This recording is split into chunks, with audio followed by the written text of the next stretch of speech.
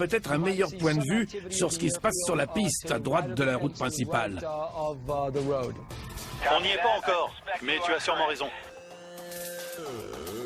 Vous êtes où, là? On est devant le portail. On aperçoit les hangars, les tours et on a toute la piste en visuel mais aucun mouvement à signaler. Rien du tout? Il n'y a pas un camion ou un conteneur portant le logo d'une société privée autour de la piste ou près d'un bâtiment? Désolé, mais il n'y a aucun signe de la présence d'un opérateur privé sur la zone.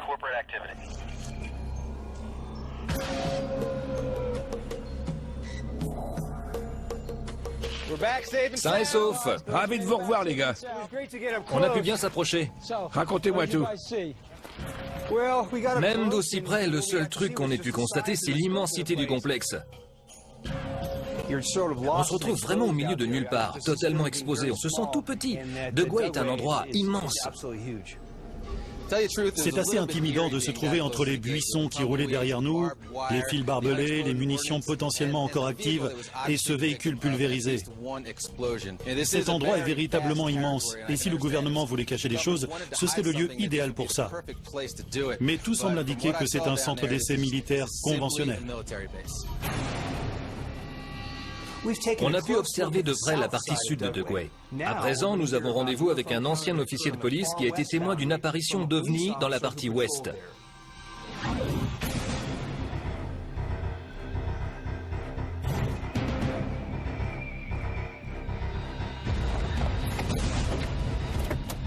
Salut, Bob. Salut Bob. Bonjour. Merci d'être venu. De rien. Enchanté. Ravi de vous connaître.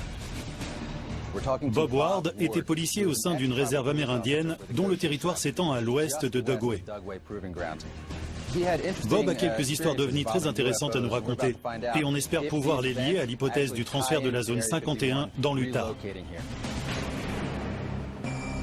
J'étais officier de police dans cette réserve à Ibapa en 2004. La réserve se situe à l'ouest du terrain militaire de Dugway. Et donc, ce jour de 2004, aux alentours de minuit, un habitant de la réserve est venu frapper à ma porte. Il avait mis son véhicule dans un fossé et il avait besoin d'aide.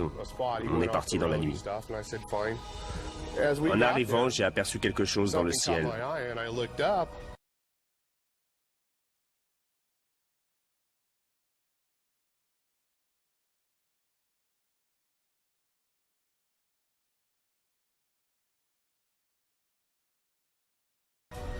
Environ à 250 mètres au-dessus de nous, j'ai vu les lumières d'un engin en forme de soucoupe.